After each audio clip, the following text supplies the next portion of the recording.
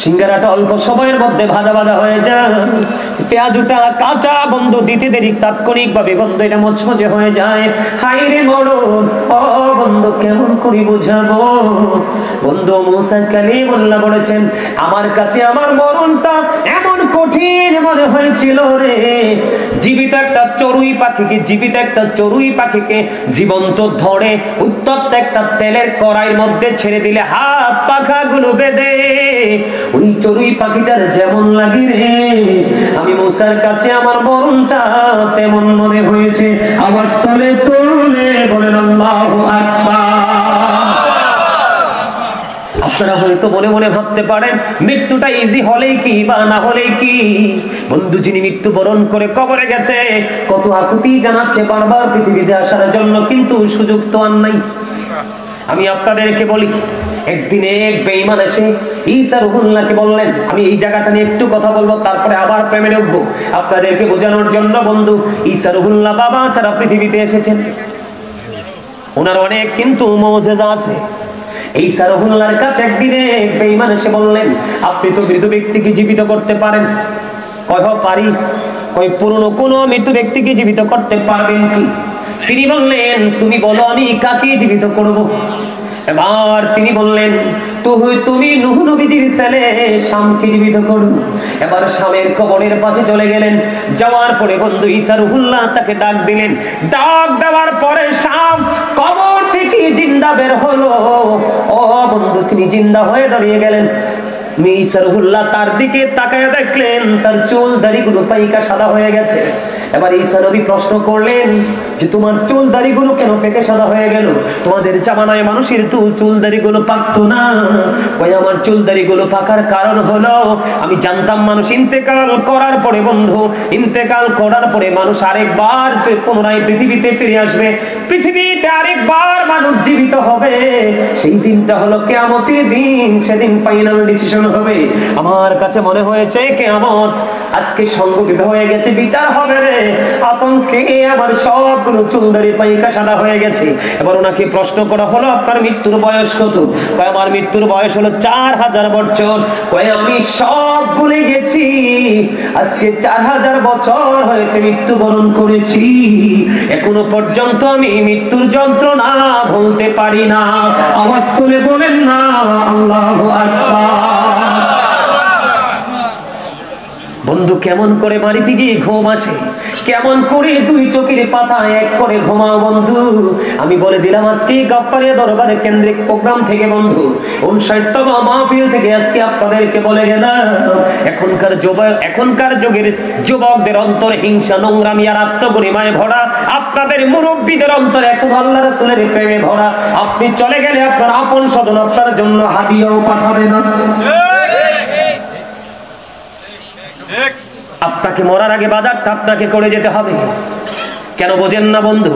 এখানে উলামায়ে কেরাম রয়েছেন বন্ধু, আমি নিজেকে অনেক বড় মনে করছি না, সবার চাইতে ছোট মনে করছি, কিন্তু আজকে আপনারা দাওয়াত দিয়েছেন, বসতে হবে, কথা বলতে হবে আমাকে, এটাই বাস্তব। আমি আপনাদেরকে বলি, হযরত ইদ্রিস আলাইহিস সালাম উনি এমন একজন আল্লাহর নবী ছিলেন, সবাই তিনি রোজা রাখতেন, ওনার ইফতারগুলো জান্নাত থেকে আসতো। আবার যখন বন্ধু ইফতারিগুলো অবশিষ্ট থাকতো সবগুলো জান্নাতে চলে যেত। চুরি চোরে সুবহানাল্লাহ। শুনবে তো শুনলে আপনারা আস্তে কথা বলেন কেন? আমি যা বলছি আপনার দেহের হয় এমন দিকে আমার দিকে তাকান। আপনি শুধু সম্পত্তির জাকাত দিলে হবে না, এই বডির মধ্যে 360টা পার্ট আছে, এই 360টা পার্টসের জাকাত দিয়ে আপনি যেতে পারলে তারপরে যেতে পারবেন জান্নাতে। জান্নাত তো সহজ নয় যে মামার বাড়ির গাছের পাকা কলা পেরে নিয়ে আসলাম, এটা কে রে? কয় মেম্বরের বাগিনা। না, বাগিনা হইলে কিছু বলা যাবে না। আরেক বাড়িতে গিয়ে বাজার বড়ই পেরে নিয়ে আসছে, অনেকগুলো কে রে এটা? কয় অমুকের নাতি। কয় না, অমুকের নাতি হইলে আমরারও নাতি, কিছু বলা এত সহজ নয়, একটু বুঝার চেষ্টা করে। আমি চাইলে এখনই নেমে যেতে পারি, কন্টিনিউ প্রোগ্রাম করতে করতে করতে করতে একবার রোজা পর্যন্ত চলবে। চাই আমি আপনারা কথাগুলো শুনেন, এগুলো ব্রেইনে সেট আপ দেন। এত ঊর্ধ্বতন যারা সম্মানী ব্যক্তি, যারা নবী রাসূল, তাদের ইতিহাস খুলে দেখেন। আমি নিজে থেকে বানিয়ে বলার কোনো দুঃসাহস আমার নাই, আল্লাহ জিহ্বাকে দেখেন। ওনার ইফতারিগুলো কোথেকে আসতো? অবশিষ্ট থাকলে আবার জান্নাতে চলে যেত বন্ধু। এমন একজন তিনি নবী। একদিন আজরাইল আসলেন ওনার সাথে সাক্ষাৎ করার জন্য। লম্বা ঘটনা, ছোট্ট করে বলছি। কয় আপনি কে? কয় আমি আজরাইল। কয় তাইলে কি আমার মরণের সময় হয়েছে? কয় না না, আপনার মরণের সময় হয়নি। কয় তাইলে কেন আসছেন? কয় আপনার সাথে বন্ধন তৈরি করতে আসছি। ও, আমার সাথে একটা সখ্যতা করার জন্য আসছেন? কয় আল্লাহর নবী ইদ্রিস আলাইহিস সালাম তিনি বললেন আমার সাথে সম্পর্ক করতে হলে কিছু শর্ত মানতে হবে। কি মানতে হবে? কয় শর্ত কি? কয় আমারে মরণ দিতে হবে। আল্লাহু আকবার কন্যা। প্রথম শর্ত। কয় আরেকটা শর্ত আছে। কই কি? কয় আমার আবার পুনরায় চিন্তা করতে হবে। সুবহানাল্লাহ। এবার ডাক দিয়ে বলে আজরাইল আমাকে একবার জাহান্নাম দেখাইতে হবে। আরে একটা শর্ত হলো আমাকে আরেকবার জান্নাত দেখাইতে হবে। সুবহানাল্লাহ কন্যা। এবার আজরাইল ডাক দিয়ে বলে নবী গো আপনি কথা দেন জান্নাত দেখার পরে ফিরে আসবেননি। কথা দিলাম ফিরে আসবো, কিন্তু ওনার তো মৃত্যুর সময় হয় নাই। আল্লাহকে অনুমতি নিয়ে আসে, ওনাকে মৃত্যু দেওয়া হলো। আবার পুনরায় ওনাকে জীবিত করা হলো। বন্ধু মৃত্যুটা কেমন হবে বোঝানোর জন্য আপনাদেরকে একটু এখানে নিয়ে আসলাম। যখন ওনাকে জীবিত করা হলো, পুনরায় ওনাকে প্রশ্ন করা হলো নবী গো, নবী বলে দেন না আপনি আপনার মরণটাকে কেমন পেয়েছেন, কেমন লাগছে আপনার কাছে মৃত্যুটা? ইদ্রিস আলাইহিস সালাম দেখে দেখে বললেন আজরাইল রে আমার কাছে মৃত্যুটা এমন মনে হয়েছে জীবিত একটা মানুষকে অথবা জীবিত একটা প্রাণীকে পা থেকে মাথা পর্যন্ত জিন্দা অবস্থায় তার চামড়াটা তুলে ফেললে তার কাছে যেমন যন্ত্রণাদায়ক মনে হবে, অথবা পা থেকে মাথা পর্যন্ত তার চামড়াটা তুলে ফেললে জিন্দা অবস্থায় তার কাছে যেমন যন্ত্রণাদায়ক মনে হবে, আমার কাছে মৃত্যুটা অতটা যন্ত্রণাদায়ক মনে হয়েছে। তখন গায়েব থেকে আওয়াজ আসলো ইদ্রিস আলাইহিস সালামের মৃত্যু। আজরাইল আলাইহিস সালাম সহ তিনি বলেছেন এই পর্যন্ত যত প্রাণ পাখি কবজ করেছে ইদ্রিস আলাইহিস সালামের প্রাণ পাখি সবচেয়ে আরামে করেছে। জোরে জোরে আল্লাহু আকবার। আমার নবীজির বুক মোবারকের উপরে যখন আজরাইল হাত রেখেছিল, নবীজি বলেছিলেন আজরাইল আমার বুকের উপর কি রেখেছো? আজরাইল আমার কাছে বলা হয় আসমান জমিন যদি আমার বুকের উপর তুলে দেওয়া হতো আমি নবীর কাছে এত কষ্ট লাগতো না, তোমার হাতের ভাতটা এত কষ্টকর মনে হয়। আমার উম্মত কেমন করে কষ্ট সহ্য করবে? আমার উম্মতের কষ্ট সহ আমাকে দিয়ে দাও। আজকে সেই নবীর কথা বললে আপনি চলে ওঠে। নবী যদি আপনাকে স্বীকৃতি না দেয় কঠিন কালেও আপনার পক্ষে সাকসেস হওয়া সফলতা সহজ নয়। এছাড়া কোনো উপায় নেই। তাহলে মৃত্যুর সময় একটু আরামের দরকার আছে কি? আছে। আরে দেহের চারপাশ রুহুটা লুকাইতে চেষ্টা করবে, কিন্তু সুযোগ বের হয়ে যেতে হবে। এই জন্য বলছি বন্ধু প্রাণের নবীর সাথে প্রেমের ডুরি লাগাও, তাহলে আজরাইল তোমার প্রাণ পাখিটা বন্ধু আরামের সাথে স্থানের সাথে কবজ করবে। নবীর প্রেম কোনদিন বন্ধু বিফলে যায় না। নবীর প্রেম বড় নিয়ামত বন্ধু। আমি যদি আপনাদেরকে বলে দিতে চাই একটু ছোট্ট করে শুনবেন। আপনারা সবাই তো শুনেছেন হিজরতের রাত্রে আবু বকরের পায়ের মধ্যে সাপে সবল মেরেছিল। এটা আপনাদের সবার কাছে মোটামুটি মুখস্থ, কিন্তু সাপটা কেন সবল মেরেছিল এটা কি কখনো শুনেছেন? আমি আপনাদেরকে আজকে বলবো বন্ধু, একটু মন দিয়ে শোনেন ধৈর্য ধরে। আমি কিছুক্ষণের মধ্যে আলোচনা গুছিয়ে ফেলবো। বন্ধুরে আমার, যখন আবু বকর আমার নবীকে নিয়ে যখন এই গুহার মধ্যে প্রবেশ করলো, চারপাশে বন্ধু বিষাক্ত সাপের গর্ত। আবু বকরের গায়ের জামা ছিঁড়ে বন্ধু টুকরো করে সবগুলো গর্ত ফিলাপ করে দিল। কিন্তু আর একটা গর্ত ফিলাপ করার মতো কোনো উপাদান ছিল না। ওই গর্তটার দিকে পাটা দিয়ে গর্তের মুখটা ফিলাপ করে দিলেন। গর্তের মুখটা ফিলাপ করে দিতে দেরি রে ও বন্ধু তখনই সাপটা সবল মারলো, কিন্তু নবীকে কি চিনে না? আবু বকর নবীর সঙ্গী, সেটা কি সাপ জানে না? চিনি কে? সব চিনে রে, সব জানে বন্ধু। আল্লাহর প্রিয় হাবিব সরকারে মদিনা এখানে অবস্থান করতে যে সাপ জেনেছেন, বুঝেছেন, তারপরেও কেন সবল মারলেন? বন্ধুরে আমার কিতাব প্রমাণ করেছে। গবেষণা করতে করতে বন্ধু খুঁজতে পেয়ে গেলাম কেন রে নবীজির সবচেয়ে প্রিয় সাহাবী আবু বকর সিদ্দিক, যাকে বলা হয় সিদ্দিক আকবর, উনাকে কেন সাপটা সবল মারলেন? বন্ধুরে আমার, যেই গর্তের মধ্যে পাটা টেক লাগাইয়া দিলেন, ওই গর্তের মধ্যে যেই সাপটা বসবাস করতেছিলেন, যেদিন আবু বকরের পায়ের মধ্যে সবল মেরেছিল, সেই দিনে সাপটা গর্তের মধ্যে বসবাসের বয়স হলো 1500 বছর। চলে চলে আল্লাহু আকবার। কত শত? 1500 বছর বন্ধু গর্তের মধ্যে অবস্থান করতেছে। আবু বকর সিদ্দিক রাদিয়াল্লাহু তাআলা আনহুর পায়ের মধ্যে সবল মারার মানে হলো কি? আবু বকর সিদ্দিক রাদিয়াল্লাহু তাআলা আনহুর পায়ের মধ্যে সবল মেরে সাপ বুঝিয়ে দিয়েছেন, রে আবু বকর, প্রাণের নবীর দিদারের আশায় আজকে 1500 বছর পর্যন্ত এই গর্তের মধ্যে অবস্থান করতেছি। রে আবু বকর, পা সরাইয়া নাও, আমি আমার প্রাণের নবীকে প্রাণ ভরে দেখব। আবু বকরকে মারার জন্য নয়, আবু বকরকে চিরতরে নিশ্চিহ্ন করার জন্য নয়। ও বন্ধু, আবু বকর এমন একজন সাহাবী, নবীজির এমন একজন প্রেমিক ছিলেন। একদিন নবীজি বললেন, তোমরা দিনের জন্য দান করো। হযরত ওমর বললেন, আমার জীবনে কোনোদিন আবু বকরকে হারাতে পারিনি। কি করতে পারিনি? আমার জীবনে কোনোদিন আবু বকরকে হারাতে পারিনি। আজকে যেহেতু নবী বলেছেন দান করার জন্য, আমার কাছে মোটামুটি ভালো সম্পদ আছে, আজকে আমি আবু বকরকে হারাবো। বন্ধুরে আমার, এবার হযরত ওমর তার দৌলত নিয়ে নবীজির দরবারে হাজির হয়ে গেলেন। হাদিস শরীফ। এবার আমার নবী ওমরকে প্রশ্ন করলেন, ওমর, বলে দাও না তুমি তোমার পরিবারের জন্য কি রেখে এসেছো? এবার ওমর উত্তর দিলেন, ইয়া রাসূলুল্লাহ, ইয়া হাবিবাল্লাহ, নবী গো, আমি অর্ধেক আপনার কাছে নিয়ে এসেছি আর অর্ধেক আমার পরিবারের জন্য রেখে এসেছি। বন্ধু, এবার আবু বকরকে ডাকলেন। হযরত আবু বকর সিদ্দিক রাদিয়াল্লাহু তাআলা আনহু আসলেন। আসার পরে এবার নবীজিকে দিয়ে দিলেন, যতটুকু এনেছেন দিয়ে দিলেন। এবার আমার নবীজি প্রশ্ন করলেন, আবু বকর, তুমি কতটুকু নিয়ে এসেছো? ইয়া রাসূলুল্লাহ, আমার কাছে যতটুকু আছে আমি সবটুকু নিয়ে এসেছি।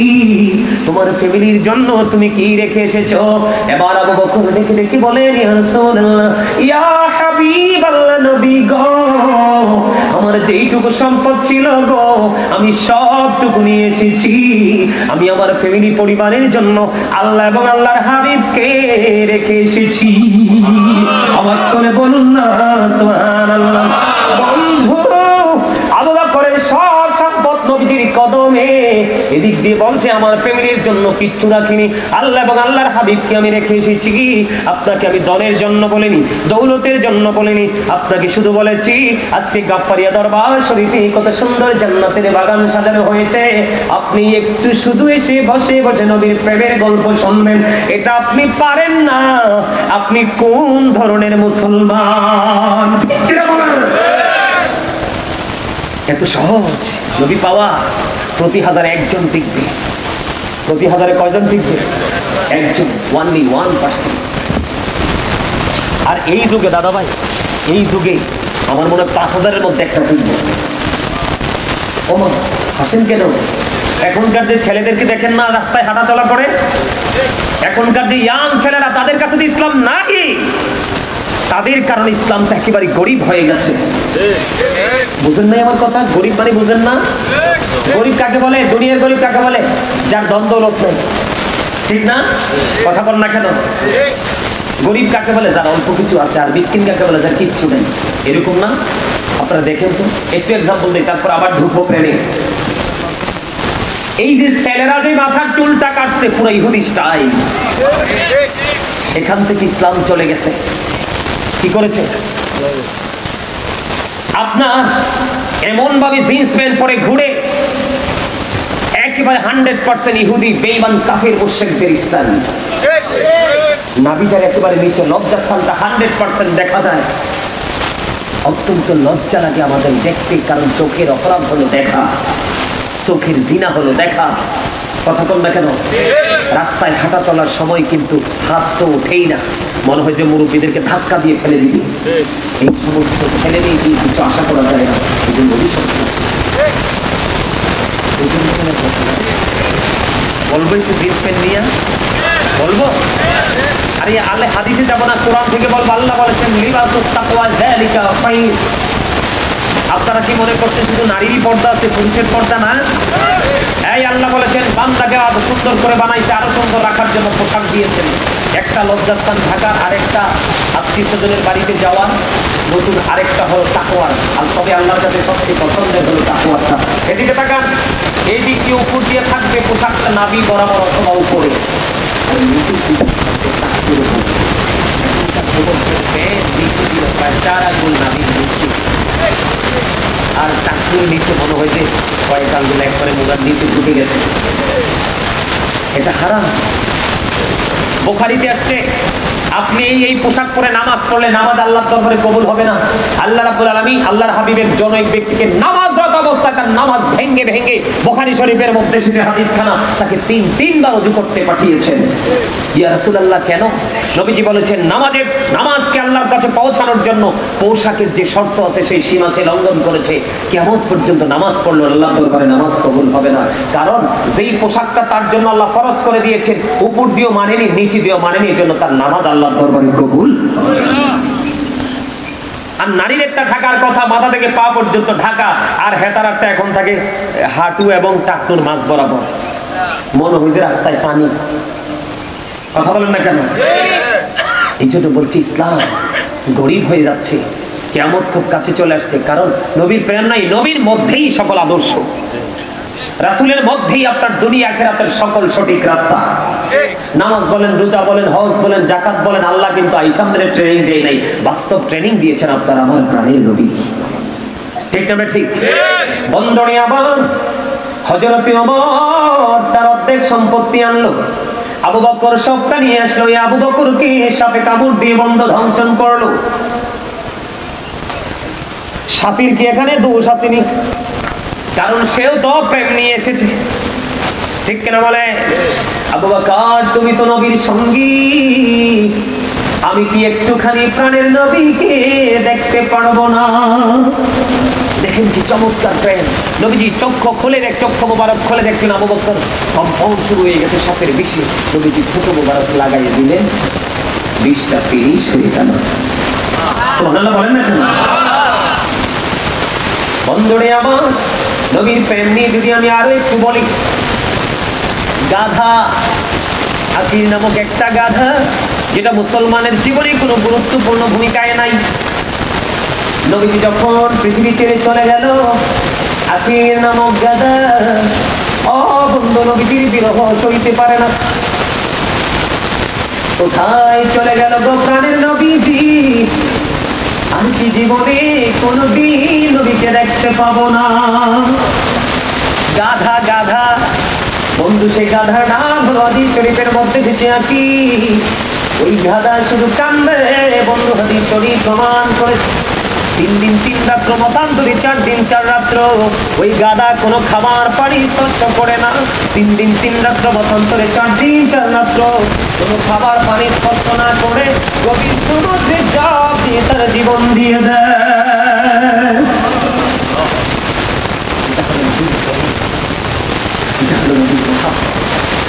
এটা হলো নবীর ভালোবাসা। সম্মানিত উপস্থিতি, বেশি বেশি করে নামাজ পড়বেন, বেশি বেশি করে নবীর কদমে সালাতু সালাম পৌঁছে দিবেন। এটা হলো রাসূলের ফরজ। বেশি বেশি করে সুন্নাত, নফল, ওয়াজিব, মুস্তাহাব আমলগুলো করবেন। রাসূল প্রেম।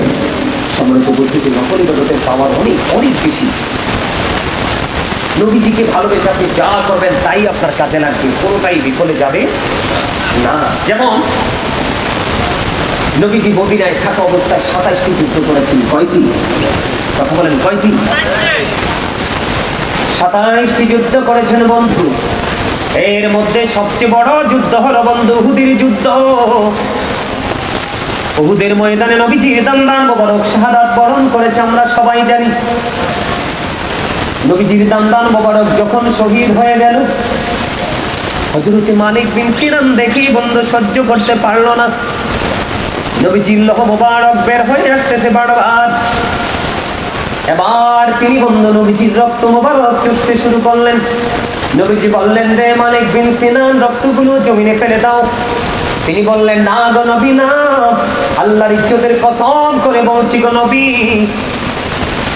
আমি যতক্ষণ পর্যন্ত আপনার রক্ত মোবারক বের হতে থাকবে ততক্ষণ পর্যন্ত আমি চষতে থাকবো, একটা ফোঁটা রক্ত আমি উহুদের জমিনে পড়তে দিব না। আওয়াজ করে বলেন না সুবহানাল্লাহ। কি খবরটা কেমন লাগছে? বুঝিনি আমার ওয়াজ কিছু? কথাগুলো ফলো করবেন, অন্য কিছু না।